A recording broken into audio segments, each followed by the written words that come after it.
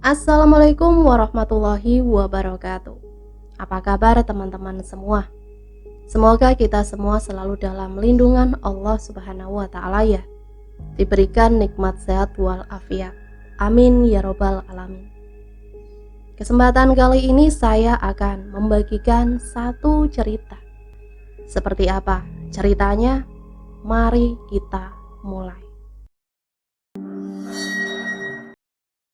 Jelang akhir wisuda masa perkuliahan, Ardi 20 tahun. Pihak kampus tempat Ardi menuntut ilmu telah mendata sejumlah lokasi untuk dijadikan tempat KKN para mahasiswa nantinya. Sebuah kampung yang lumayan terpencil dan jauh dari pusat ibu kota kabupaten telah ditetapkan sebagai lokasi KKN Ardi dan teman-temannya. Kampung Puta Cak Diah yang berjarak sekitar 17 km dari pusat kabupaten dengan jarak tempuh dari kota Makassar sekitar 364 km. Kampung yang masih kental dengan nuansa rumah-rumah panggung, lampu templok, obor dan suara kentongan dari warga yang sedang melakukan ronda. Ardi dan rombongan temannya berjumlah 20 orang. Dan saat tiba di kampung itu, jam telah menunjukkan waktu 18:27 waktu Indonesia Tengah. Ardi dan rombongannya begitu kelelahan berjalan kaki karena tidak ada mobil angkutan yang bisa membawa mereka masuk ke kampung itu karena jalanan rusak parah. Setelah sholat maghrib di musolah kampung, Ardi dan ketua rombongan, Armin, 20 tahun, langsung menemui kepala kampung setempat, Pak Bora. Sementara anggota rombongan yang lainnya tetap tinggal di musola menunggu. Setelah menunggu dan melapor kepada Pak Bora, 58 tahun, Ardi dan Armin lalu memperkenalkan diri beserta rombongannya sambil menyampaikan niat untuk melakukan kegiatan KKN di kampung Puta Cak Diah. Pak Bora menyambut baik rombongan KKN dari para mahasiswa itu. Canda tawa dan selingan riang saling memenuhi ruangan tamu Pak Bora. Keadaan begitu hangat dan nyaman. Sesekali anak gadis Pak Bora, Hasanah, 18 tahun, keluar masuk membawakan teh hangat dan sepiring gorengan pisang yang masih panas. Sementara istrinya sedang menjahit tangan selendangnya. Pagi harinya, rombongan Ardi yang ternyata menginap di musola langsung membagi diri ke rumah-rumah warga sebagai tempat tinggal selama mereka KKN di kampung itu. Ardi sendiri menginap di rumah marbot musola, Pak Bidi, 47 tahun. Namun di balik keramahan warga kampung itu, Ardi merasakan kalau ada keanehan tingkah laku warga. Karena sejak beberapa hari berikutnya dalam pengamatan Ardi, jika pagi hari, siang hari, warga terlihat normal saja, tertawa, senyum dan bahagia. Tetapi jika tiba malam hari, warga terlihat muram, nyaris tanpa suara dan enggan untuk bertegur sapa. Juga karena memang suasana kampung yang gelap, sunyi dan yang sering terdengar cuma suara jangkrik dan lolongan anjing dari kejauhan. Wajah-wajah mereka juga terlihat pucat dan terlihat seperti mayat hidup. Nyaris tak ada gairah dan kampung juga serasa seperti kampung mati, serasa tanpa penghuni. Ini yang membuat Ardi lantas menjadi penasaran. Dalam satu kesempatan, Ardi kembali menemui Pak Bora untuk menanyakan tentang rasa penasarannya. Mendapatkan pertanyaan aneh dari Ardi, tiba-tiba saja Pak Bora merapatkan ujung telunjuk di bibirnya sambil berbicara perlahan. Pak Bora bercerita dengan suara kecil dan mengatakan kalau di kampung ini masih banyak warga yang menganut dan mempelajari ilmu manusia, jadi-jadian atau parakang. Kebanyakan warisan dari kakek atau ayahnya. Juga masih penjelasan Pak Bora, mereka akan melihat normal di siang hari, tapi tidak kalau malam hari telah tiba, terutama di malam Jumat, karena makhluk aneh itu akan mencari makanannya. Pak Bora menyarankan Ardi agar waspada dan selalu jaga diri dan tidak sembarangan menerima ajakan warga untuk menginap di rumah mereka, karena bisa fatal akibatnya. Bergidik dan berdiri bulu roma Ardi. Dia tidak bisa membayangkan jika bertemu dengan makhluk aneh itu secara langsung. Pak Bora kemudian menceritakan ciri-ciri fisik orang yang menganut ilmu parakang, sekaligus berupa tanda apa yang terlihat di rumah orang itu. Setelah mendapat penjelasan dari Pak Bora tentang ciri dan tanda yang terlihat dari rumah para penganut ilmu parakang, Ardi lalu pamit dan segera pulang.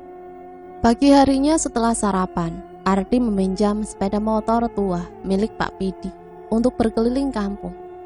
Ardi lalu mengajak Armin yang kebetulan sedang tidak enak badan.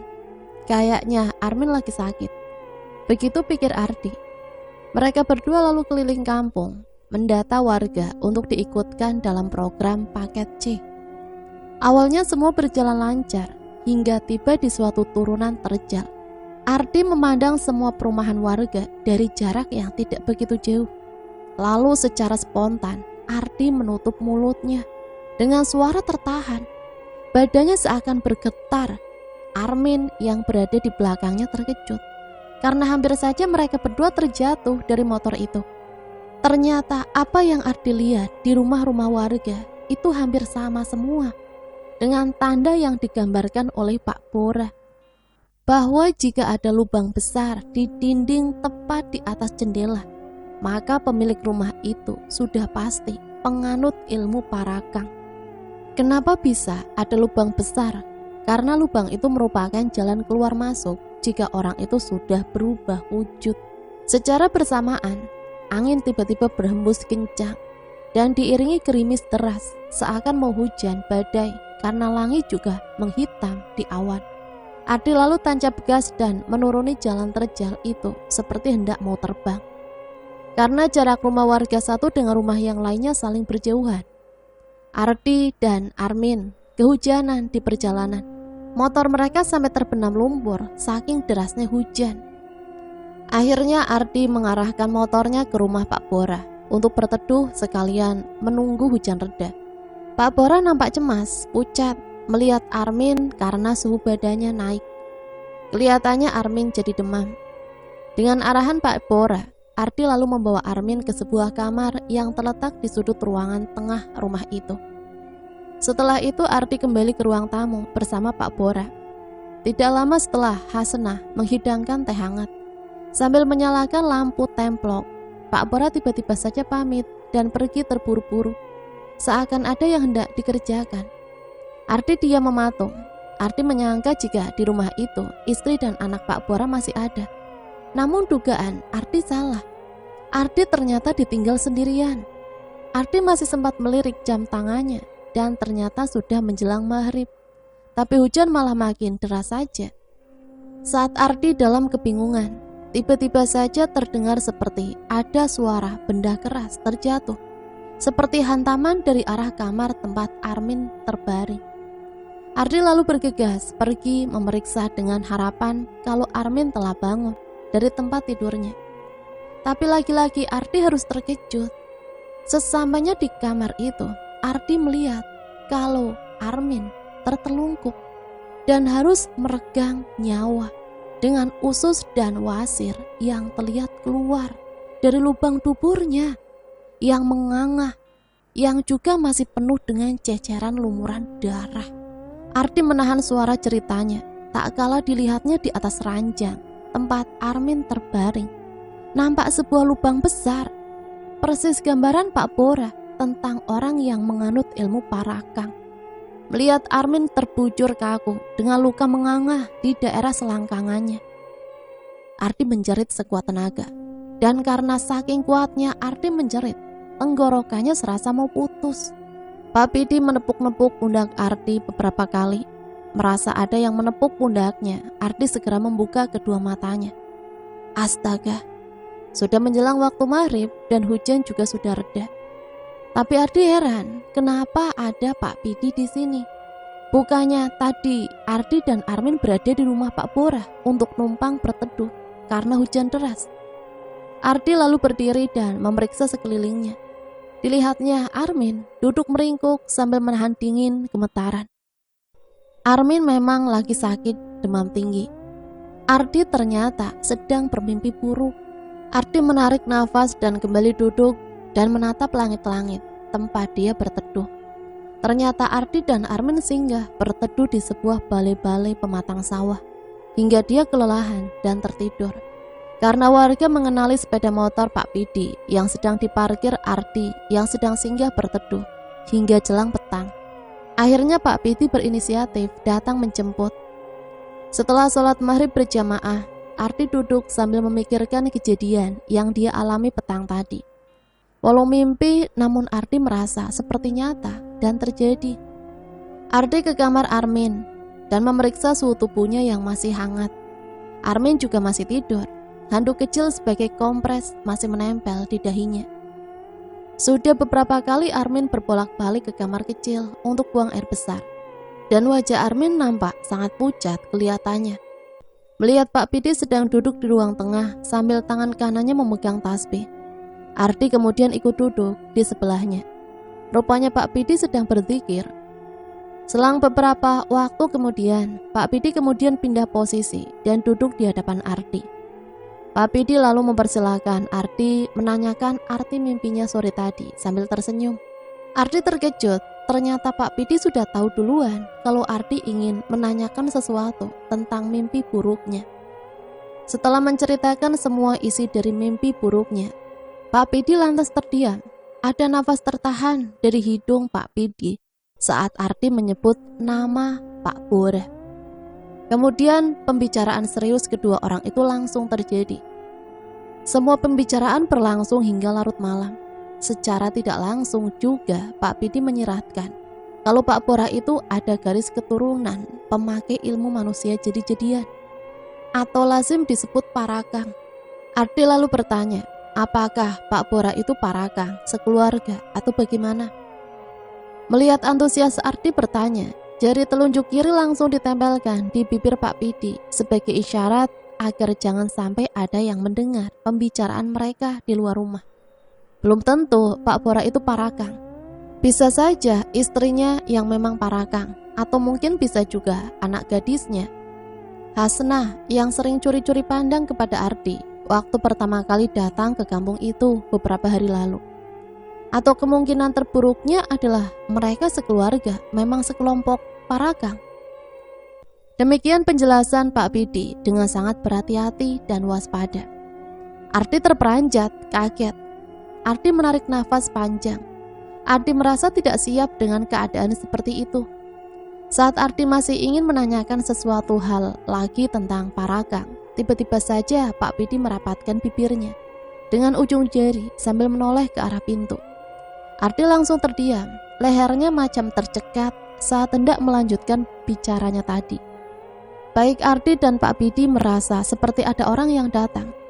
Terdengar jelas dari langkah-langkah tapak kakinya yang melangkah naik di anak tangga.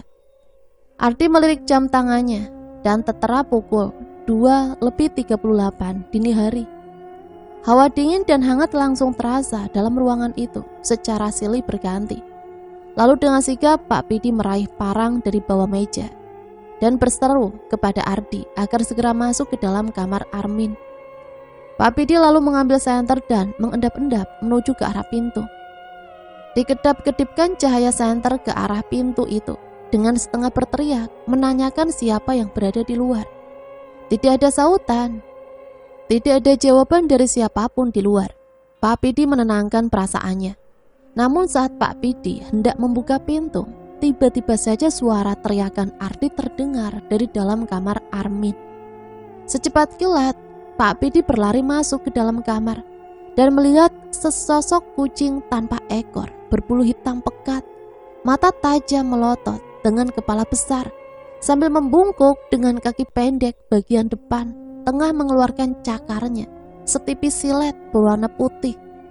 Nampaknya kucing hitam itu seperti hendak menerkam Armin yang tengah terbaring sakit dan lemah tak berdaya di pembaringannya. Ardi cuma melongo, heran, bingung dan ngeri bercampur satu dalam pikirannya. Melihat kedatangan Pak Pidi, sosok kucing itu langsung menoleh dan menatap tajam dan sinis ke arahnya. Saat terjadi adu pandang, Pak Pidi memerintahkan Ardi segera menutup pintu agar sosok kucing itu tidak kabur melarikan diri. Mata kucing aneh memelototi Pak Pidi. kucing anak itu tidak merasa senang dengan kehadiran laki-laki itu. Kucing itu merasa sangat terganggu. Maka dengan rasa geram, mulut kucing itu lalu mengeluarkan suara desiran diiringi munculnya cakar, seolah hendak menerkam Pak Bidi yang memang tengah bersiaga dengan sebilah parang di tangannya. Karena merasa bahwa kucing itu wujud fisiknya aneh dan lain dari seperti biasanya. Dengan suara lantang, Pak Bidi lantas meminta agar Ardi segera menutup pintu keluar agar kucing aneh itu tidak kabur melarikan diri. Ardi yang memang sedari tadi seolah terhipnotis akan wujud penampakan kucing aneh itu, segera saja tersadar dan langsung saja berlari menuju ke arah pintu. Namun siapa sangka, kucing aneh itu sontak meloncat dan melarikan diri cukup cepat dan nyaris mendahului Ardi saat tangannya hendak menyentuh gagang pintu. Namun dengan gerak cepat pula, Pak Bidi langsung juga melakukan serangan dengan mengayunkan parang ke arah kaki kucing hitam itu.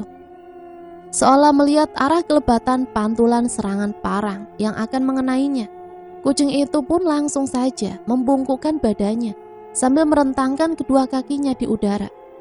Pak Bidi tidak berhenti, parangnya kembali diayunkan ke arah kepala kucing hitam itu, yang mulutnya sedang menganga lebar sambil mengeluarkan suara desisan tajam. Ardi yang menyaksikan keadaan itu seolah terpaku. Dia seolah tidak percaya dengan apa yang dilihatnya saat itu. Perasaannya juga cemas dengan keadaan Armin yang masih tergolek lemah dan tak kunjung membaik. Dalam satu kesempatan, kucing aneh itu masih berada dalam kamar dan kembali berlari mengelilingi ruang kamar Armin. Pak Bidi kembali bersiap. Parang dalam genggamannya sudah siap juga dihantamkan. Dan dengan memohon perlindungan Tuhan yang Maha Kuasa, Pak Bidi secara membabi buta menyerang kucing hitam itu, hingga kucing itu tersudut di bawah ranjang Armin. Lalu dengan satu kali tebasan di serangan berikutnya, Pak Bidi pun berhasil melukai hingga berdarah hebat telinga kiri kucing aneh itu, hingga nyaris putus. Terdengar suara geraman keras, seolah perpaduan antara menahan rasa amarah dan rasa sakit yang sangat menyiksa buat kucing hitam itu. Lalu dengan gerakan sangat cepat, kucing itu kemudian berlari dengan keadaan telinga yang terluka berat, sambil berceceran darah menembus dinding. Ya, kucing itu berlari menembus dinding dan menghilang di kegelapan malam. Bu Cinong, 57 tahun, seorang pengrajin gula aren. Dia cuma berdua bersama anak gadisnya, Bunga, 22 tahun. Suaminya sudah lama meninggal. Ada warga yang mengatakan kalau Bu Cinong sendiri yang memangsa suaminya saat sakaratul maut menjemput ketika sakit keras. Bu Cinong juga menolak didatangi jika malam hari karena katanya biasanya dia bermalam di kebun, sementara Bunga cuma ditinggal sendirian di rumah hingga berhari-hari. Pak Naji, 62 tahun, seorang duda tua yang memiliki tanah sawah berhektar-hektar tanpa ada anak seorang pun. Sebetulnya beberapa tahun lalu saat istri dan seorang anaknya ketika itu masih ada, semuanya baik-baik saja.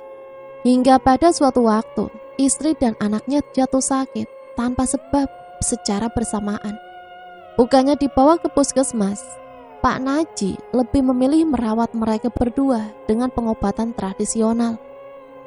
Karena tak kunjung sembuh juga, akhirnya selepas Isya, istri dan anak Pak Naji kemudian meninggal secara mengejutkan. Kata beberapa warga yang melihat, katanya Pak Naji sendiri yang mengeksekusi dengan cara memangsa organ isi bagian dalam tubuh istri dan anaknya itu, dengan melilitkan lidah panjang Pak Naji ketika dia berubah wujud fisik lewat dubur korbannya. Ada pula Bu Saha, 69 tahun, janda tua. Tinggalnya juga seorang diri, tepat di ujung kampung ini. Rumahnya tertutup oleh rimbunya batang pohon bambu yang seolah menjadi pagarnya. Tidak ada juga warga yang mengetahui apa kegiatan sehari-harinya. Menurut penuturan warga, Nenek Saha pernah terlihat terbang melintas di area persawahan saat tengah malam Jumat lalu. Tapi Nenek Saha saat itu sudah berubah wujud dengan terbang, cuma dengan kepala dan isi organ tubuh bagian dalam yang penuh lumuran darah. Ketiga orang yang dianggap aneh oleh warga kampung itu memang kerap terlihat berkumpul bersama dengan kebesaran pakaian berwarna serba hitam di rumah Pak Bora pada saat-saat tengah malam tertentu. Tidak ada warga yang pernah tahu apa yang mereka bicarakan. Para warga juga memang enggan dan agak takut untuk mendekati rumah Pak Bora jika keempat orang itu sudah berkumpul. Untungnya ke-18 orang teman-teman KKN Ardi tak ada satupun yang ikut tinggal di salah satu rumah warga yang dianggap aneh tadi. Ke-18 orang teman Ardi itu diyakini tinggal bersama dengan orang yang dianggap normal. Buktinya mereka semua pada sholat zuhur berjamaah siang itu di musola. Walau jamaah warga setempat tidak banyak karena kesibukan di sawah, tapi paling tidak saat itu keadaan musola jadi ramai oleh mahasiswa itu. Selepas sholat mereka istirahat di teras musola sambil berbicara keadaan Armin yang belum menunjukkan tanda-tanda ke arah kesembuhan. Berselang 3 malam berikutnya, saat itu jelang tengah malam, kira-kira pukul 2:46 waktu Indonesia Tengah. Pak Pidi terjaga. Dia merasa ada sesuatu yang mengganggu pikirannya. Dibangunkannya Ardi dan secara berbisik agar menjaga Armin sampai dia kembali. Ardi terkejut. Ardi merasa agak ragu ditinggal sendiri karena Pak Pidi ini memang seorang bujangan. Pak Pidi menitip pesan agar Ardi jangan pernah membuka pintu jika bukan Pak Pidi yang memanggil Ardi dari balik pintu apapun yang terjadi. Ardi makin ketakutan saat Pak Pidi menyimpan sebilah parang untuk Ardi pakai buat berjaga-jaga jika keadaan memburuk. Saat Pak Pidi hendak beranjak ke pintu, kembali Ardi diperingatkan agar jangan pernah membuka pintu, apalagi menerima orang, siapapun dan keperluan apapun hingga Pak Pidi pulang kembali. Apalagi saat tengah malam buta begini, saat tidak mungkin manusia normal datang bertamu. Mata Pak Pidi menatap tajam mata Ardi. Pak Pidi meyakinkan Ardi kalau semuanya akan baik-baik saja setelah dia pergi. Pak Pidi meninggalkan sebilah parang panjang untuk Ardi pakai buat berjaga-jaga jika keadaan memburuk. Ardi merasa ketakutan dan ragu. Ardi belum siap dengan segala kemungkinan yang akan terjadi. Setelah menutup pintu depan dan menguncinya, Ardi masih melihat Pak Pidi dari balik jendela kayu menuruni anak tangga secara perlahan. Cahaya senter Pak Pidi juga nampak masih terlihat di keremangan malam buta saat Pak Pidi sudah berada di depan rumahnya, yang di kanan kirinya masih rimbun oleh beberapa batang pohon mangga. Hingga ketika cahaya senter Pak Pidi sudah tak terlihat lagi, buru-buru Ardi bergegas ke kamar Armin yang masih terbaring lemas karena masih sakit. Ardi duduk di lantai di balik pintu sambil menatap ke arah Armin, sahabatnya. Wajahnya masih nampak pucat pasi, seolah mayat hidup. Tak terasa bulu kuduk Ardi langsung berdiri sendiri, membayangkan hal buruk tentang Armin.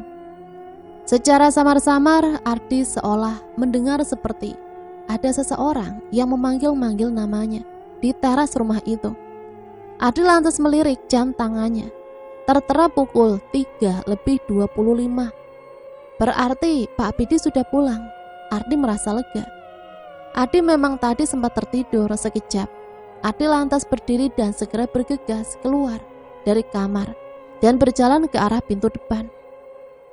Namun sebelum tiba di balik pintu, tiba-tiba Ardi merasa ada yang ganjil. Aneh, perasaan Ardi merasa lain. Kemudian untuk menghilangkan rasa ragunya, Ardi lantas mengintip di balik jendela kayu untuk memastikan kalau memang Pak Pidi yang datang. Dek, jantung Ardi merasa seperti hendak berhenti berdetak. Spontan Ardi menutup mulut dengan kedua tangannya. Ardi terkulai lemas. Lalu secara spontan Ardi terduduk di bawah jendela itu. Ardi memeluk kedua kakinya dalam keadaan gemetar ketakutan, dalam perasaan campur aduk antara takut dan gelisah. nama Ardi kembali terdengar dipanggil dari balik pintu itu dan minta agar pintu segera dibukakan. Sekali lagi Ardi mengintip untuk memastikan siapa orang itu. Sambil menahan rasa takut, ternyata Ardi mengenal orang itu. Ternyata orang itu Bu Cinong, istri Pak Bora. Lalu sebelum Ardi berbicara secara spontan, Bu Cinong dengan suara perlahan mengancam tetap akan masuk ke dalam rumah itu, walau bagaimanapun caranya. Sementara itu Pak Pidi tengah mendekati kediaman Pak Bora sambil mengamati situasi dan keadaan karena cahaya yang remang. Pak Pidi tidak melihat ada sesuatu yang aneh di sekitar rumah Pak Bora. Pak Pidi lantas duduk di bawah sebatang pohon asam untuk menunggu. Dengan keadaan mengantuk, tiba-tiba dari atas puncak pohon asam itu terdengar suara dan kelebatan beberapa potong kepala beserta isi rongga dalam badan manusia yang terbang melintas di atas Pak Pidi duduk. Spontan Pak Pidi berdiri lalu menggenggam parangnya dan berjalan perlahan sambil mengendap-endap mendekati rumah Pak Bora. Beberapa potong kepala yang terbang tadi ternyata memasuki rumah Pak Bora lewat atap yang nampaknya sudah dipersiapkan sebelumnya. Pak Pidi memutar ke arah belakang rumah Pak Bora dengan langkah perlahan namun pasti. Pak Pidi mengangkat kepala dan mengamati siapa yang sedang berbicara itu. Nampak yang berada dalam ruangan itu beberapa orang laki-laki dengan tampang sangar. Leher mereka nampak ada bekas sayat melingkar yang masih meneteskan darah. Mereka mengaku utusan dari Pak Naji di hadapan Pak Bora selaku tuan rumah.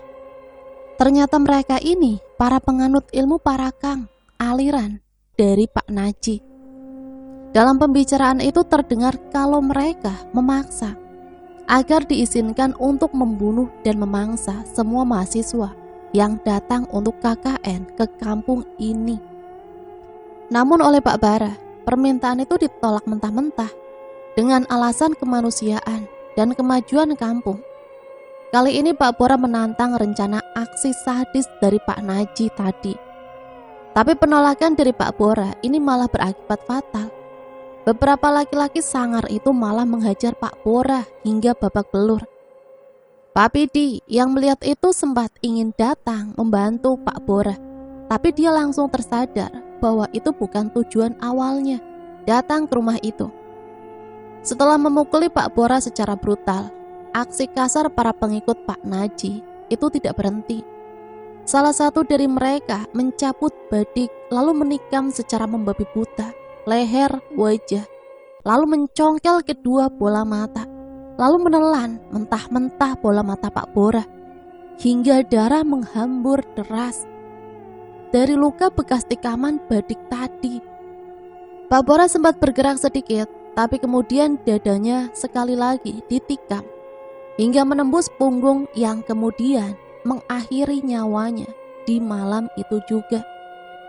Putri Pak Bora, Hasnah, yang melihat aksi sadis itu dari balik pintu kamarnya, menjerit sekuat tenaga. Tak mau ada korban lain, lalu dengan kekuatan mistisnya, para lelaki sangar itu menghipnotis Hasnah dan membuatnya terduduk tak sadarkan diri di sudut ruangan itu. Melihat semua kejadian itu membuat Pak Pidi semakin sadar bahwa ada kekuatan jahat yang bersemayam di kampung ini. Semakin menambah kekuatan. Ardi sementara itu sedang berjuang dalam mempertahankan iman dari rasa takutnya sendiri. Suara pintu dan daun jendela yang bergetar bergerak-gerak sendiri memaksa Ardi untuk lebih waspada. Lampu templok di dinding juga beberapa kali sempat hampir terjatuh akibat angin kencang yang tak tahu berasal dari mana. Bu Cinong sendiri telah beberapa kali berganti wujud untuk menakut-nakuti Ardi. Namun nenek tua itu tak sejengkal pun berhasil memasuki rumah Pak Pidi. Menggunakan kekuatan mistisnya, Nenek Cinong akhirnya berhasil masuk lewat jendela kayu yang terbuka akibat hembasan angin kencang buatannya yang membuat Ardi terlempar beberapa meter di sudut ruang tengah. Ardi sempat sempoyongan akibat benturan keras di kepalanya. akibat terkena sudut lemari tua dari Pak Pidi. Dalam rasa pusing yang kuat, Ardi masih melihat kelebatan babi dengan ukuran tidak normal mencoba mendobrak kamar Armin. Tak ingin terjadi hal yang membahayakan Armin, dengan sisa tenaga yang ada, Ardi dengan cepat mengayunkan parang yang sedari tadi sudah dalam genggamannya, langsung menebas leher babi jadi-jadian itu. Namun dengan sigap, babi itu langsung menghindar. Tapi celakanya malah justru kaki kirinya yang kena tebasan dari parang Ardi. Kaki sang babi jadi-jadian itu langsung menggelinding, terlempar dengan penuh lumuran darah segar. Melihat kakinya terpotong akibat tebasan parang, babi jadi-jadian itu langsung mengorok keras. Entah apa, dia merasa kesakitan atau apa. Mata Ardi langsung melotot melihat sosok makhluk jadi-jadian lainnya dalam kamar Armin. Sosok yang cuma kepala berambut panjang, beserta organ bagian dalam tubuh yang melayang mengitari tubuh Armin di tempat tidurnya. Kepala sosok itu penuh dengan lumuran darah berwarna agak kehitaman. Darah itu menetes di sana-sini, mengotori kamar Armin dan sangat berbau busuk. Nampak Armin dengan susah payah berusaha membela dirinya dengan melempari sosok kepala itu dengan berbagai benda, apa saja, agar jangan sampai mendekati Armin. Jika upaya Ardi gagal dan sosok kepala itu berhasil mencapai Armin, maka bisa dipastikan nyawa Armin tak akan tertolong. Armin akan tewas. Pak Bidi tertegun. Dia masih tidak percaya kalau kepala kampung buta cak dia, Pak Bara, akan tewas secara mengenaskan di depan matanya. Lalu secara perlahan dan beringsut, Pak Bidi akhirnya kembali turun dari rumah panggung itu dan segera pergi dalam kegelapan malam. Namun aksi mengintip dan kepergian Pak Bidi dari rumah itu bukan tidak diketahui. Laki-laki sangar para pesuruh Pak Naji itu justru mengetahui kedatangannya ternyata. Kedatangan Pak Bidi sudah diduga saat dia menaiki anak tangga. Sempat terdengar derik suara papan yang terinjak kaki Pak Bidi. Begitu juga dengan pot bunga, sempat terdengar tersenggol jatuh, walau tidak sampai pecah, karena keburu Pak Bidi menangkap pot bunga tadi. Saat Pak Bidi tengah setengah berlari menyusuri hutan kecil, langkah kakinya seolah menjadi berat. Matanya tertuju dengan keadaan sekitarnya. Perasaannya juga jadi aneh. Lalu Pak Bidi teringat akan Ardi yang tiba-tiba saja seolah memanggilnya. Saat Pak Bidi kembali, tengah bersiap untuk berlari pulang, tiba-tiba saja di depannya terlihat beberapa batang pohon pisang yang muncul entah dari mana. Langkah Pak Bidi langsung terhenti. Diperhatikannya batang pohon pisang itu dari kejauhan. Namun saat Pak Bidi melihat daun pohon pisang yang ternyata cuma selembar tapi lebar, diam tak bergerak padahal angin tengah tertiup agak kencang, Pak Bidi lantas tersenyum kecut. Lelaki itu langsung menebak jika pohon pisang yang ada sekarang di depannya itu tak lain dan tak bukan makhluk parakang yang tengah berubah wujud dan tengah mencoba menakut-nakuti Pak Bidi. Lalu sambil merapalkan doa, Pak Bidi setengah berlari dengan parang terhunus langsung menebas batang pohon pisang itu. Secara silang hingga nyaris terbelah. Pak Bidi tidak mau kecolongan dan dia harus bergerak cepat. Pak Bidi berhasil menumbangkan sekitar 3 pohon batang pisang. Sebetulnya ada 5 pohon pisang, tapi yang 2 berhasil kabur dengan berubah wujud menjadi kucing lalu melarikan diri.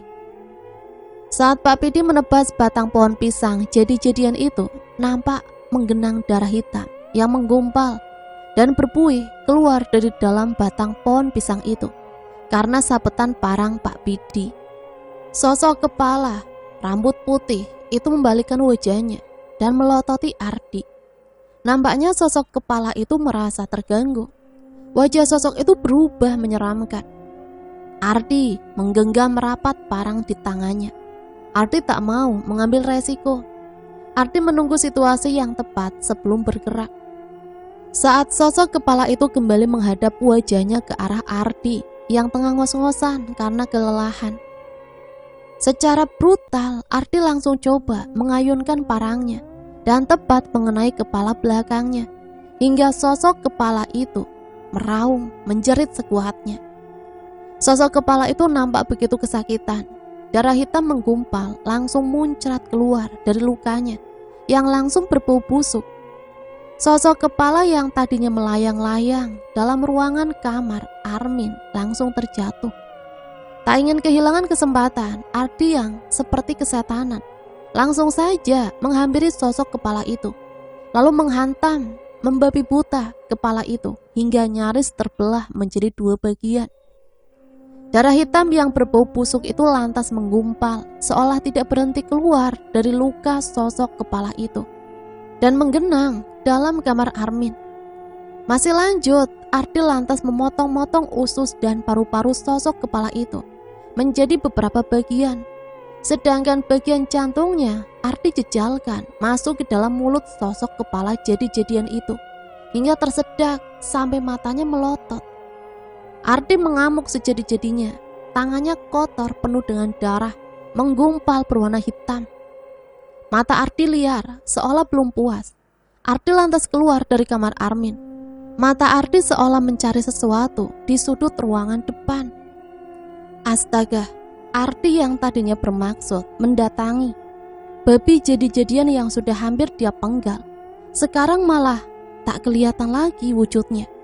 Babi jadi-jadian itu sudah kabur melarikan diri, dan ternyata yang nampak cuma sisa-sisa tetesan darah hitam yang berjajaran ke arah keluar rumah. Ardi mengeram. Ardi kecewa tidak berhasil memenggal babi jadi-jadian itu. Ardi lantas keluar di teras dan memandang kegelapan malam. Ada beberapa titik pasang mata yang beradu pandang dengan mata Ardi. Ketegangan masih sangat dirasakan Ardi. Badannya juga terasa sangat kaku saking tegangnya. Mungkin karena ini pengalaman pertamanya berhadapan langsung dengan makhluk jadi-jadian, parakang. Namun karena kelelahan, Ardi kemudian duduk selonjoran di balik pintu depan. Tatapan matanya sangat berat, seolah ada yang menggantung di kelopaknya. Ardi lalu tertidur, pulas. Esok paginya, saat udara dingin begitu dingin menusuk tulang, dan suasana cuaca juga masih terasa agak gelap, Ardi ternyata duduk sambil tertidur. Dia begitu sangat terlelap. Suara kokok ayam dari kejauhan juga begitu nyaring terdengar. Saling saut menyaut, menyambut pagi yang cerah. Namun tetap ada yang terasa aneh. Warga kampung ini saat itu merasakan suasana mencekam di pagi hari itu. Warga berkerumun di depan rumah sang kepala kampung, Pak Bora, yang tewas secara brutal di dalam rumahnya sendiri, yang membuat warga tambah mencekam karena melihat jasad istrinya juga yang terbujur kaku dengan tanpa kepala. Melihat dua jasad mayat yang tewas secara mengerikan itu, yang tanpa ada sebab akibat kematiannya, warga merasa ngeri dan takut. Warga yang ada di dekat pagar depan rumah langsung merasakan aura mencekam. 2 jam sebelumnya, begitu Pak Pidi berhasil menebas dan memotong-motong batang pohon pisang yang merupakan wujud jadi-jadian dari makhluk parakang, Pak Pidi lantas bergegas kembali ke rumahnya. Pak Pidi merasa ada sesuatu yang telah terjadi. Perasaannya merasakan telah terjadi kejadian yang luar biasa. Saat tiba di depan rumahnya, Pak Pidi melihat tetesan darah yang berjajaran di anak tangga rumah itu. Tetesan darah itu telah mengering, tapi masih meninggalkan bau busuk. Begitu masuk dalam rumahnya, yang pintu depannya agak terbuka, Pak Pidi mendapati Ardi yang tengah tertidur dalam keadaan duduk dengan parang yang masih berada di dalam genggamannya. Pak Pidi berjalan perlahan seolah mencari sesuatu. Saat tiba di depan kamar Armin, Pak Pidi mengintip dan melihat Armin yang juga tengah masih tertidur pulas. Namun Pak Pidi agak terkejut melihat banyak darah yang telah mengering berjajaran di lantai rumahnya, terutama di dalam kamar Armin. Namun rasa keterkejutan Pak Pidi terjawab ketika dia membalikkan pandangan wajahnya ke arah sudut kamar Armin. Nampak tergeletak sosok kepala wanita tua renta dengan isi rongga dalam tubuhnya yang sudah terpotong-potong. dalam genangan darah yang telah mengering juga. Tidak jauh dari situ, Pak Pidi tambah dikejutkan dengan potongan pergelangan kaki kiri manusia yang juga tengah menimbulkan bau busuk. Pak Pidi mengenal sosok kepala wanita tua itu. Sosok kepala wanita tua itu adalah istri dari Pak Bora. Tapi kalau kaki kiri tadi, Pak Pidi masih menerka-nerka siapa kira-kira pemiliknya. Tak berapa lama kemudian, Arti tersadar. Dia terkejut melihat Pak Pidi yang sementara duduk bersila di depannya.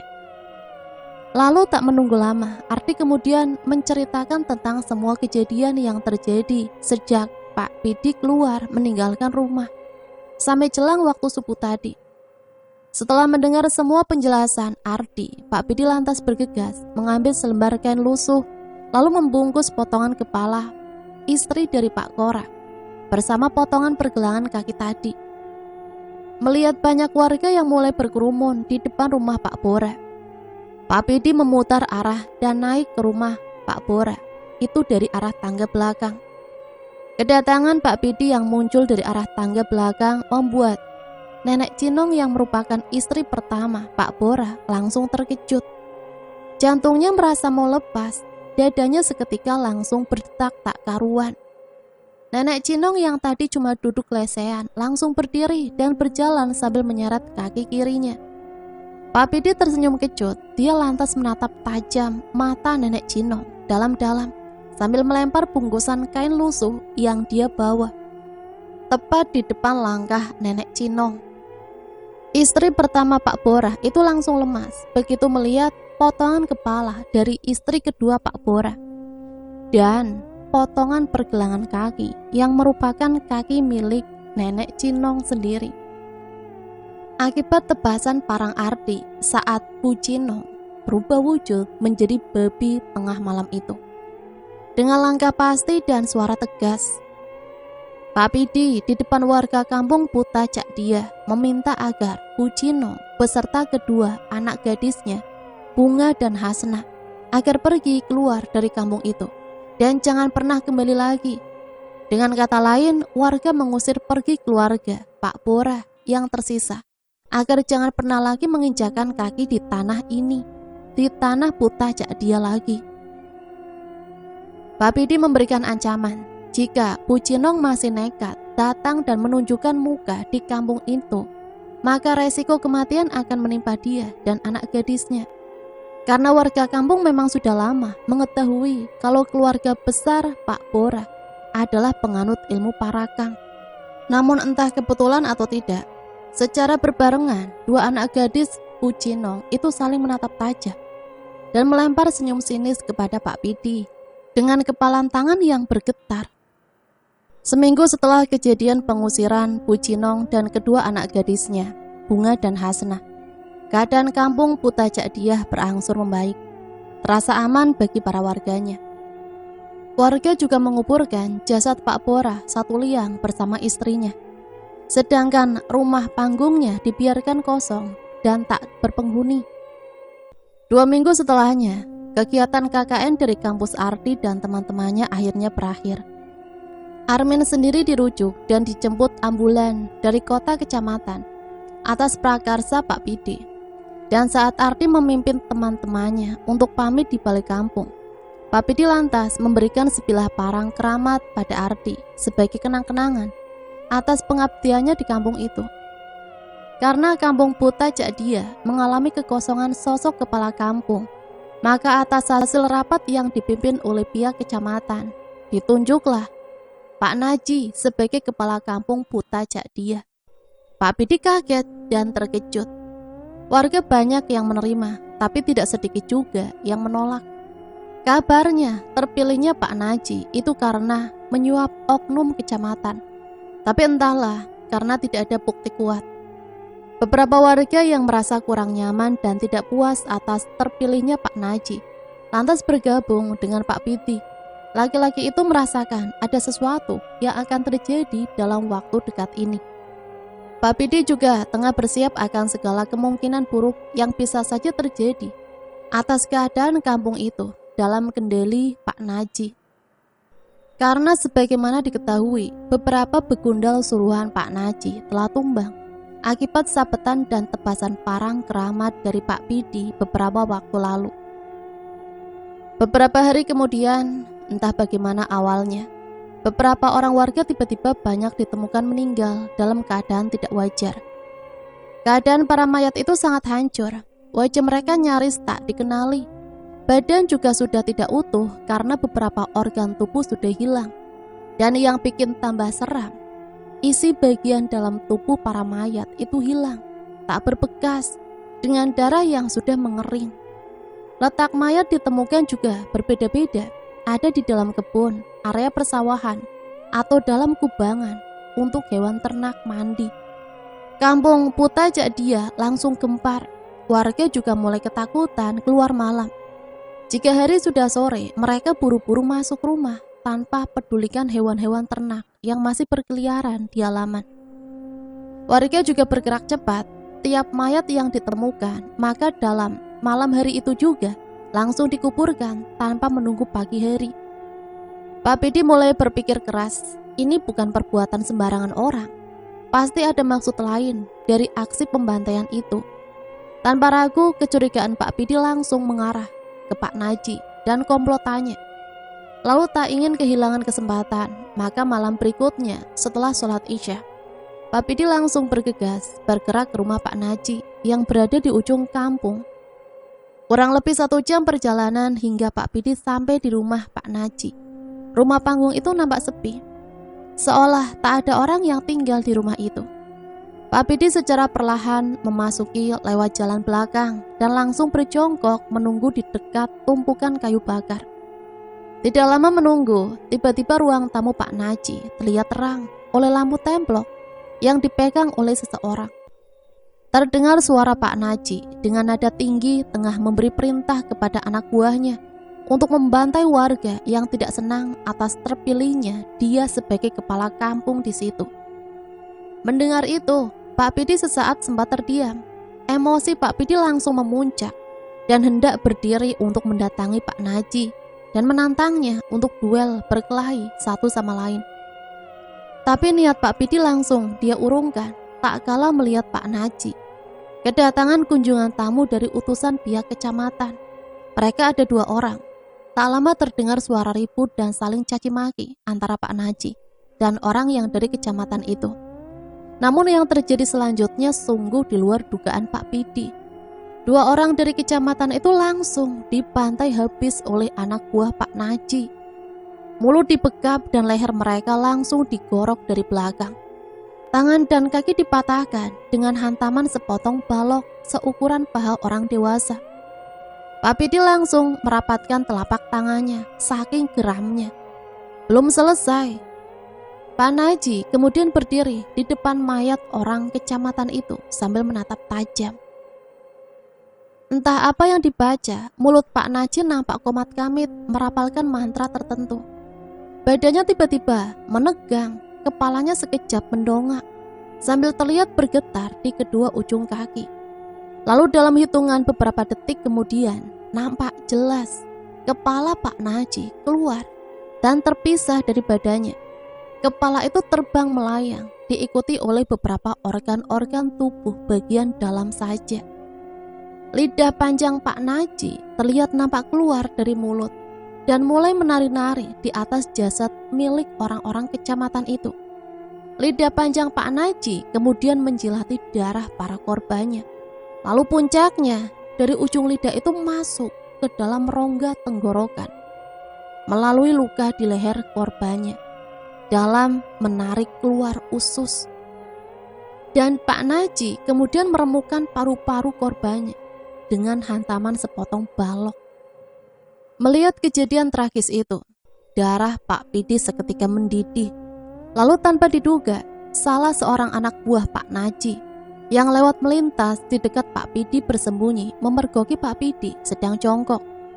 Mereka berdua lantas beradu pandang sambil tangan masing-masing memegang parang. Dan tanpa apa-apa, mereka berdua langsung saling serang. Namun saat anak buah Pak Naji itu hendak berteriak minta bantuan, parang Pak Pidi lebih dulu merangsek masuk dan menusuk mulut orang itu. hingga menembus leher belakangnya.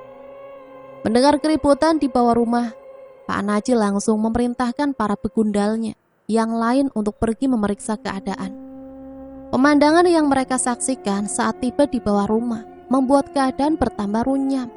Salah satu anggota Pak Naji ternyata sudah terkapar, tewas bermandikan darah. Pak Pidi juga masih berdiri tegap di situ dengan parang yang masih penuh lumuran darah. Pak Pidi menatap 5 orang lelaki suruhan Pak Naji itu satu persatu. Karena saling tatap itu, mereka lantas membagi diri lalu mengepung Pak Pidi dari segala arah. Pak Pidi sadar yang dia hadapi itu bukan manusia biasa. Mereka merupakan penganut paham ilmu parakang dan bisa saja berubah wujud kapan saja. Akhirnya pertarungan mereka langsung terjadi, saling serang dan tak terelakkan lagi. Silih berganti, saling menikam dengan badik dan tebasan parang. Ilmu kebal anti senjata tajam langsung beradu. Siapa yang paling kuat di antara mereka? Lalu untuk kesekian kali serangan balik dari Pak Pidi. Lelaki itu menyadari bahwa ilmu kebal jangan dilawan dengan benda tajam. Maka parang yang berada di tangannya lantas diletakkan di tanah. Badiknya pun juga kembali disarungkan. Para lawannya saling berpandangan satu sama lain, heran. Dan tanpa diduga, dengan gerakan cepat sambil meliuk-liuk badannya, Pak Pidi berhasil mendekat ke arah lawannya dan menghajar mereka dengan tangan kosong.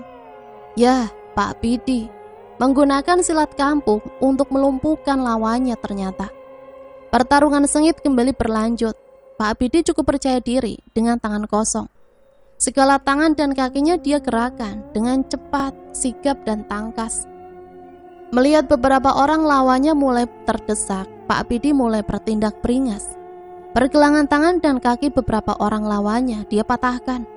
Tapi ternyata 2 orang di antara para begundal itu, Pak Badrun 65 tahun dan Pak Ranu 68 tahun, tidak semudah itu dilumpuhkan dan dikalahkan. Mereka berdua begitu kuat dan nyaris mengalahkan dan hampir saja terbalik mengejar Pak Pidi. Beberapa kali tangan Pak Pidi memegang dan memiting kuat tangan Pak Badrun atau Pak Ranum. Tapi selalu saja terlepas, berasa kayak licin. Begitu dalam pikiran Pak Pidi. Heran. Pertarungan yang melelahkan, Pak Pidi mulai kekurangan tenaga.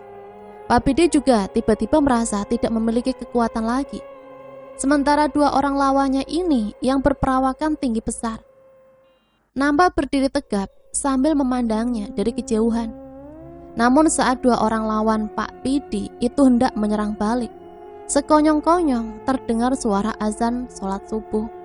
Pak Pidi menarik nafas panjang dan entah bagaimana, ternyata lawannya sudah pada kabur pergi tanpa jejak. Mereka menghilang begitu saja. 3 hari setelah pertarungan dahsyat itu, Pak Pidi masih terbaring lemah. Badannya terasa kaku, pegal semua. Kadang juga tiba-tiba dia mengalami demam tinggi jika jelang maghrib. Beberapa orang warga menemani Pak Pidi tinggal di rumahnya. Mereka silih berganti menjaga dan menemani laki-laki yang jadi pelindung warga kampung di situ. Wajah Pak Pidi nampak pucat. Bukan pucat seperti biasa, tapi ini pucat, terlihat tidak biasa. Badannya juga ikut menyusut, kurus kering, nyaris tinggal kulit dan tulang. Beberapa kali mantri desa yang dipanggil untuk mengobati Pak Pidi sudah memberikan obat sesuai kondisinya. Tapi memang keadaan Pak Pidi tak juga kunjung membaik. Nyaris tak bisa makan apa-apa. Ketika muntah pun cairan kekuning-kuningan agak berbau amis. Jelas nampak terlihat di sudut bibir Pak Pidi. Beberapa warga mulai cemas. Kecemasan warga memang beralasan. Beberapa malam ini sering terlihat kelebatan bayangan hitam atau sosok potongan kepala yang terbang gilir mudik di atap rumah Pak Pidi. Warga mulai meningkatkan jatah ronda. Segala jenis senjata tajam dipakai warga untuk mempersenjatai diri jika keadaan memburuk. Sementara Pak Pidi sering mengalami mimpi buruk. Dia sering bermimpi didatangi oleh Pak Naji dalam wujud sosok kepala melayang tepat di hadapannya. Namun 2 hari kemudian, saat beberapa orang warga yang sedang melakukan ronda dikejutkan dengan serangan sosok babi berukuran besar Dengan tanduk yang tinggi dan runcing, babi itu menyerang dan memangsa secara brutal warga yang tewas tertusuk. Warga pun beramai-ramai mengejar babi siluman itu, dan dengan lari yang cukup cepat, warga akhirnya kehilangan jejak.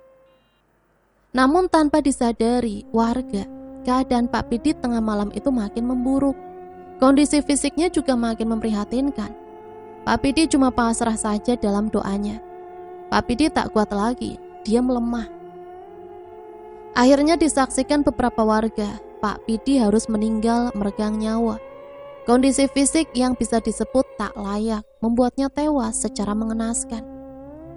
Dengan kulit tubuh yang melepuh, bola mata yang membesar dan penuh dengan cairan nanah nampak bercampur darah. Belum lagi tulang yang berselimut kulit keriput ternyata sudah patah dalam di beberapa bagian. Warga heran serangan mistis apa yang menimpa Pak Pidi sampai harus mati dengan kondisi yang luar biasa mengenaskan. Sosok kepala dengan untaian usus dan jantung yang berlumuran darah tengah terlihat di atap rumah Pak Pidi. Sosok kepala itu, Pak Naji, tersenyum lebar dengan juluran lidah panjang seperti mengejek atas kematian sadis Pak Pidi. Kematian Pak Pidi yang begitu tragis sangat meninggalkan duka yang begitu mendalam bagi segenap warga kampung. Warga tentu sangat kehilangan sosok yang selama ini jadi pelindung dari segala kejahatan yang selama ini pernah terjadi di kampung itu. Teror dan teror nampaknya makin sering saja terjadi kepada warga di kampung. Bahkan seminggu setelah masa tahlilan atas meninggalnya Pak Pidi, keresahan dan ketakutan warga mulai terasa. Warga juga mulai tidak nyaman dengan beberapa kebijakan sang kepala kampung yang baru, Pak Naji. Kepala kampung mengeluarkan kebijakan dengan memunguti pajak hasil panen warga, membeli harga murah hasil kebun, dan semua warga kampung tanpa kecuali harus membeli pupuk dengan 2 kali harga lebih mahal dari pasaran dari Pak Naji. Warga yang membangkang bisa dianggap melawan dan bisa saja besok malamnya sudah ditemukan dalam keadaan menjadi mayat dengan kondisi mengerikan. Hal itu juga yang menimpa Pak Nafisa, 41 tahun. Dia bersama istrinya dan seorang anak yang beranjak remaja ditemukan di ladangnya sendiri dengan kondisi tubuh yang terpotong-potong, tidak utuh lagi. Wajah korban juga tidak bisa dikenali lagi, sedangkan beberapa anggota tubuh yang lain banyak yang jadi santapan anjing liar yang banyak berkeliaran. 3 hari kemudian, Hafid, 32 tahun, seorang pemuda asal kampung Buta Jakdiah yang lama menetap dan bekerja di Makassar, akhirnya memilih kembali pulang kampung. Bukan tanpa alasan, dengan kepulangan Hafid, pemuda ini sengaja datang dengan sejuta dendam kepada Pak Naji atas terbunuhnya Pak Pidi, pamannya. Sejak kembali di kampung itu, Hafiz langsung menuju rumah Pak Pidi. Di rumah itulah Hafiz dulu tinggal sebelum dia sekolah dan bekerja di Makassar. Sekarang saat ini, Hafiz yang akan membalas jasa kepada Pak Pidi. Hafiz yang akan menyelesaikan dan melakukan perhitungan terakhir kepada Pak Naji dan preman kampung piaraannya. Namun Hafiz sadar tidak mudah memang untuk mengalahkan Pak Naji tanpa bekal kekuatan yang mumpuni. Setelah sholat maghrib, dengan memakai motor, Hafid kemudian pergi menemui Karaeng Jare, seorang ustadz sepuh di kampung Lepong, sekitar 3 jam perjalanan dari kampung ini. Itu juga keberangkatan Hafid sudah mulai mendapat gangguan. Beberapa sosok potongan kepala yang penuh lumuran darah ikut terbang mengitari Hafid sepanjang perjalanan. Sesamanya di rumah Pak Ustadz yang sudah cukup sepuh itu, Hafid lantas menceritakan semua tentang situasi dan keadaan di kampungnya. Ustadz Jare yang mendengarkan cukup paham dengan kondisi kampung itu, yang memang terkenal dengan banyaknya penganut ilmu parakang di sana. Tapi Ustadz sempat terdiam saat mengetahui niat Hafid untuk melakukan aksi balas dendam kepada pelaku pembantaian pamannya itu. Ustadz lantas mengingatkan Hafid kalau ilmu parakang itu tak akan pernah musnah sampai tiba hari kiamat. Namun yang bisa dilakukan cuma memusnahkan manusia, pelaku pengikut ilmu parakang itu lewat cara khusus. Hafid kemudian mengikuti secara seksama semua penjelasan yang diberikan oleh Ustadz demi menaklukkan ilmu parakang Pak Naji. Esok malamnya selepas sholat Isya, Hafid sengaja pergi menemui Pak Naji di rumahnya. Kedatangan Hafid memang sudah ditunggu ternyata. Sekedar untuk diketahui, penganut ilmu parakang dengan mata batinnya memang sudah tahu kalau ada manusia yang datang dengan niat tertentu, pasti akan melakukan sesuatu. Pak Naji sendiri yang menyambut kedatangan Hafid di ujung anak tangga rumahnya. Tapi Hafid sudah keburu emosi dengan kata-kata keras. Hafid menantang langsung untuk berduel kepada Pak Naji. Kepala kampung itu cuma tersenyum kecut. Gaya senyumannya sangat mengejek dan tanpa basa-basi, Pak Naji tiba-tiba saja hendak langsung berubah wujud fisiknya. Melihat hal itu, refleks Hafid mencabut barang yang sedari tadi sudah disiapkan di balik jaket bombernya. Tapi sekonyong-konyong tanpa Hafid duga, tiba-tiba datang seorang anak buah Pak Naji, Pak Ranu, dan langsung menyergapnya. Pergumulan sengit langsung terjadi, saling baku hantam dan adu ilmu tenaga dalam seketika berlangsung panas. Ruang tamu Pak Naji langsung berantakan, hawa ruangan juga langsung terasa gerah. Saling serang, tak terelakkan lagi. Tak ingin mengulang seperti yang dilakukan sang paman. Begitu melihat perubahan wujud fisik Pak Ranu yang tiba-tiba saja melepaskan kepala. Dengan gigi taring, tengah bersiap menyerangnya. Hafid spontan langsung menebas tubuh kaku milik Pak Ranu yang terbujur di tanah. Hafid mengamuk, dicincangnya tubuh tanpa kepala itu dengan penuh rasa amarah. Darah hitam langsung muncrat. Sosok kepala Pak Ranu yang melihat jasad tubuhnya yang terbelah menjadi beberapa bagian begitu, secara spontan juga langsung kembali menyerang Hafid. Sosok Pak Ranu yang telah menjadi parakang itu nampak begitu marah. Hafid juga tengah bersiap. Hafid dengan rasa dendam menunggu dengan parang di tangannya. Dan sesuai perkiraannya, begitu sosok potongan kepala Pak Ranu mendekat, Hafid langsung menyiram sosok kepala itu dengan bensin yang Hafid bungkus dengan plastik kecil. Sosok kepala itu meronta-ronta. Kepala itu lantas menggelinding di atas tanah. Tak tinggal diam, segera Hafid menyalakan korek dan membakar potongan kepala itu hingga bara apinya membumbung tinggi di udara. Melihat potongan kepala Pak Ranu yang terbakar hebat membuat Pak Naji terdiam. Mulutnya mengeram, menahan rasa amarah yang tinggi. Pak Ranu akhirnya tewas secara mengerikan dalam wujud sebagai parakang. Hafid yang masih berdiri tegap dengan parang di tangannya berusaha menerobos asap dan api yang masih membumbung tinggi. Hafid bermaksud naik kembali ke rumah panggung Pak Naji. Tapi tiba-tiba perasaannya jadi tidak enak. Pak Naji tidak terlihat di dalam rumahnya. Rumahnya juga sudah dalam keadaan gelap gulita. Maka diurungkanlah niatnya. Akhirnya Hafid bergegas pulang. Terburu-buru nampaknya. Dalam perjalanan pulang, Hafid bertemu dengan beberapa warga yang sedang ronda malam. Hafid berpesan agar warga bersiaga dengan segala kemungkinan buruk yang mungkin akan terjadi dalam beberapa hari. 3 hari kemudian setelah malam itu, kondisi dan situasi kampung terlihat normal kembali. Aktivitas warga kembali ke keadaan seperti biasanya.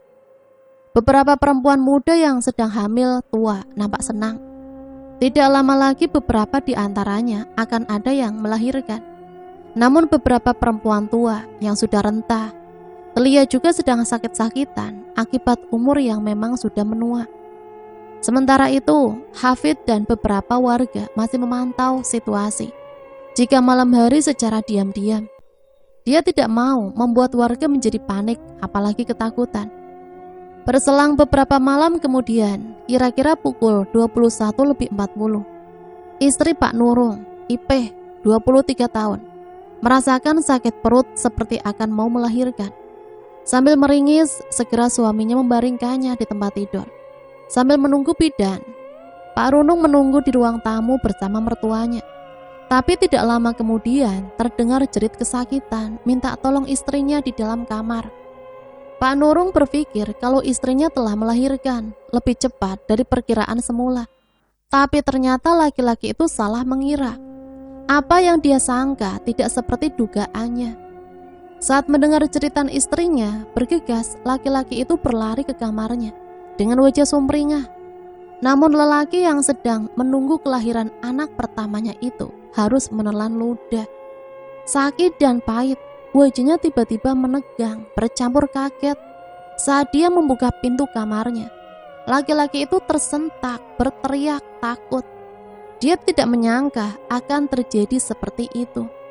Disaksikannya dengan mata terbuka kalau istrinya sudah tewas dengan luka penuh banjir darah mengangah di daerah selangkangannya. Tidak jauh dari situ nampak sosok kepala dengan beberapa organ dalam tubuhnya tengah melayang sambil lidah panjangnya melilit janin yang masih bernyawa itu. Lalu dengan sekali telan, janin yang masih diliputi darah merah itu seketika menggelepar dan hilang dalam kunyahan sosok kepala tadi. Tidak cuma sekali, namun kejadian itu berulang sampai beberapa kali dengan model kasus serupa. Meski warga sudah berupaya meningkatkan kewaspadaan, namun masih saja ada kasus yang sama. Entah anak yang masih dalam kandungan tiba-tiba hilang, atau seorang perempuan yang habis lahiran besoknya pasti mati mendadak tanpa sebab. Bisa cuma si ibu atau sang bayi, atau kadang keduanya bisa juga mati bersamaan. Dan masih banyak kejadian lainnya tanpa bisa diduga. Karena kejadian yang beruntun itu, situasi kampung mendadak sepi lagi. Kampung juga terasa seperti kuburan. Walau warga masih tetap mengadakan ronda, tapi mereka masih pada merasa takut dan tidak nyaman. Hafiz sendiri masih berupaya mencari tahu siapa dalang dari semua itu. Sementara rumah Pak Naji sendiri masih dalam keadaan kosong sejak peristiwa beberapa malam lalu itu. Nampaknya dia menghilang atau menghilangkan diri, entahlah. Namun atas arahan dari Ustadz saat Hafid ke rumahnya waktu itu, Hafid lantas membuat jebakan untuk memancing kedatangan sosok potongan kepala terbang yang meresahkan tadi. Hafid lantas meminta tolong seorang warga, Pak Mus, 29 tahun, yang juga istrinya tengah hamil tua dan beberapa saat lagi hendak melahirkan. Dengan mengatur siasat singkat, Hafid mengatur beberapa lelaki yang berfisik kuat untuk berjaga di keempat penjuru rumah panggung warga tadi. Yang berjaga memang harus 4 orang saja, tidak boleh lebih atau kurang, itu syaratnya. Parang yang mereka gunakan juga sudah dilumuri minyak bawang putih yang juga sudah bercampur dengan daun serai.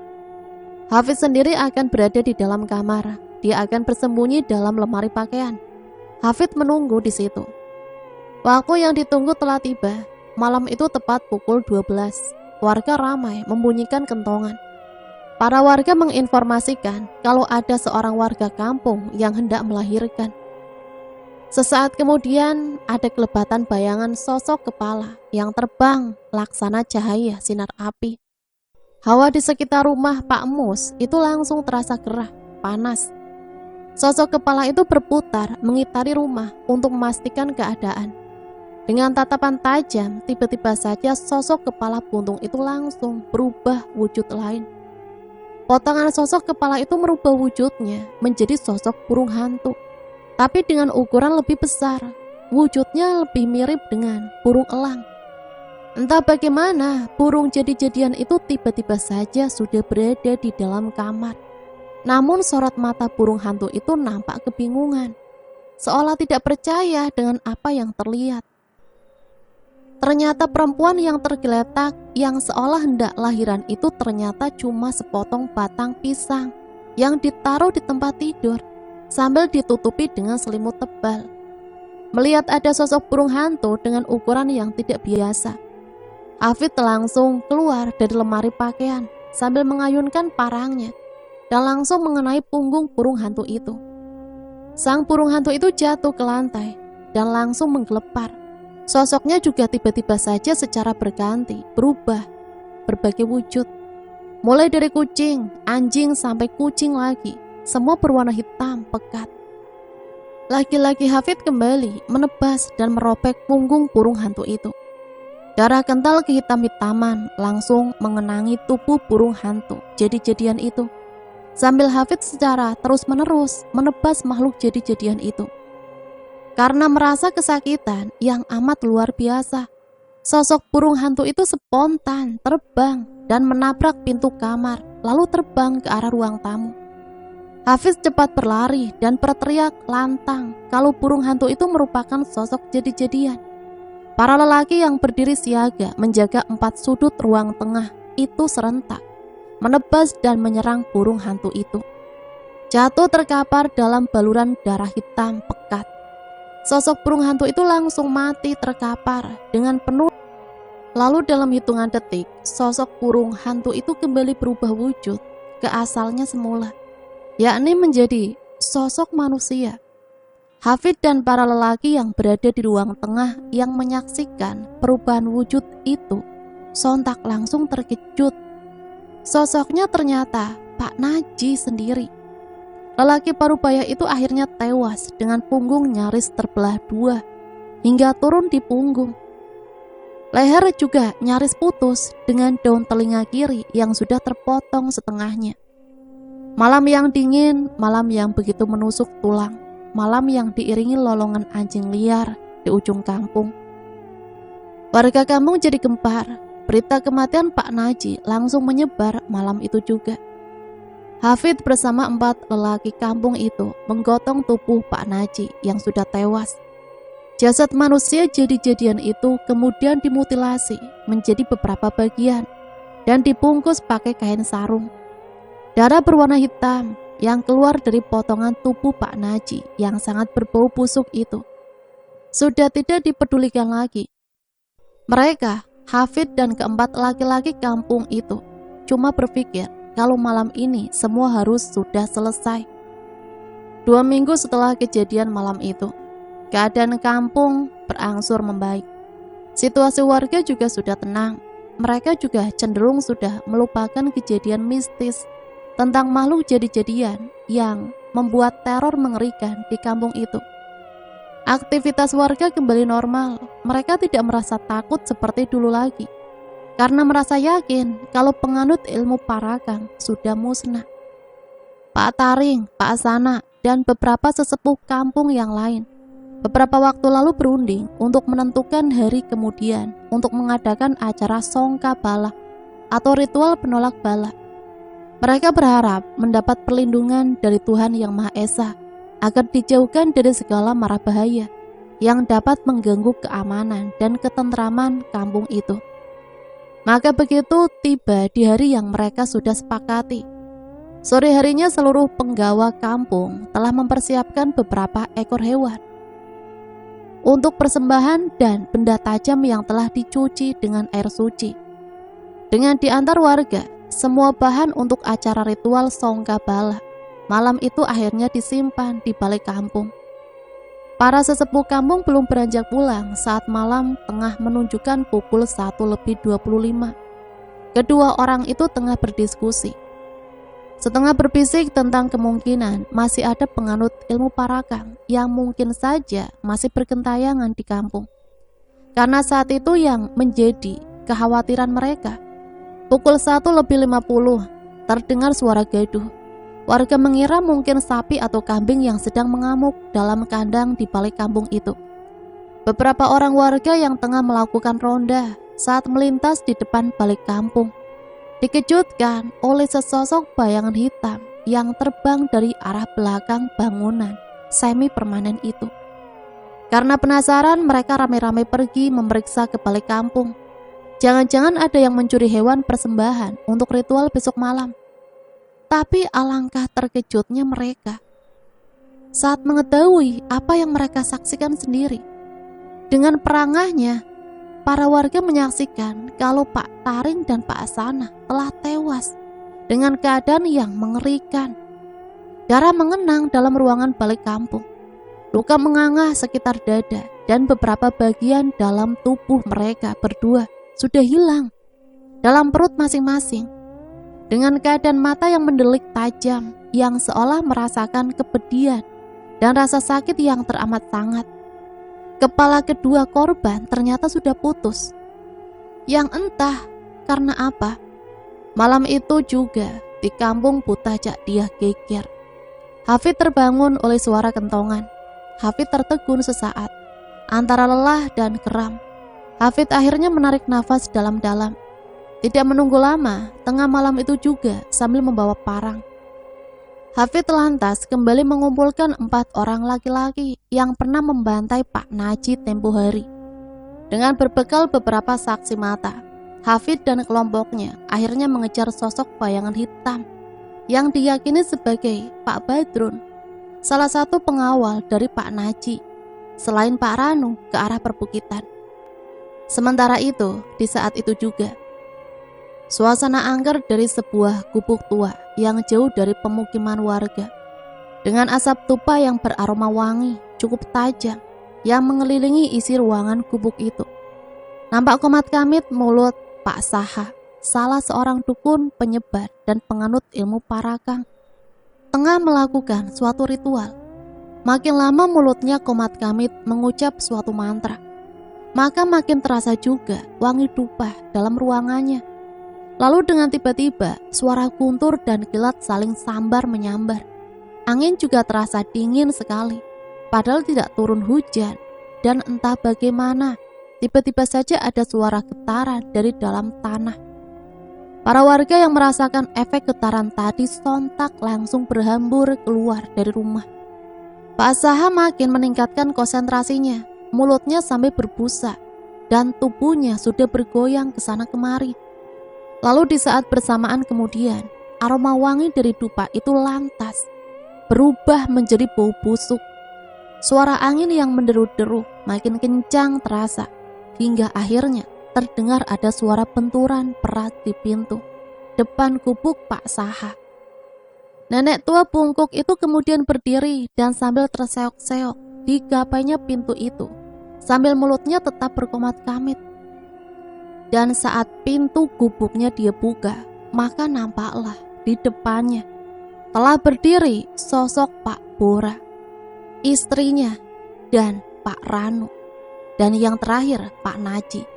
Keempat sosok yang telah tewas secara mengerikan itu kini telah dibangkitkan dari kubur oleh Pak Saha. Keempat sosok itu datang kembali dengan kondisi mengerikan. Nah, itulah satu cerita yang bisa saya bagikan. Semoga cerita ini bisa menghibur teman-teman semua ya. Dan cukup ngeri juga ya. Sampai di sini saya pamit undur diri, mohon maaf apabila banyak salah kata. Sampai berjumpa kembali di cerita-cerita selanjutnya. Matur suwun, wassalamualaikum warahmatullahi wabarakatuh.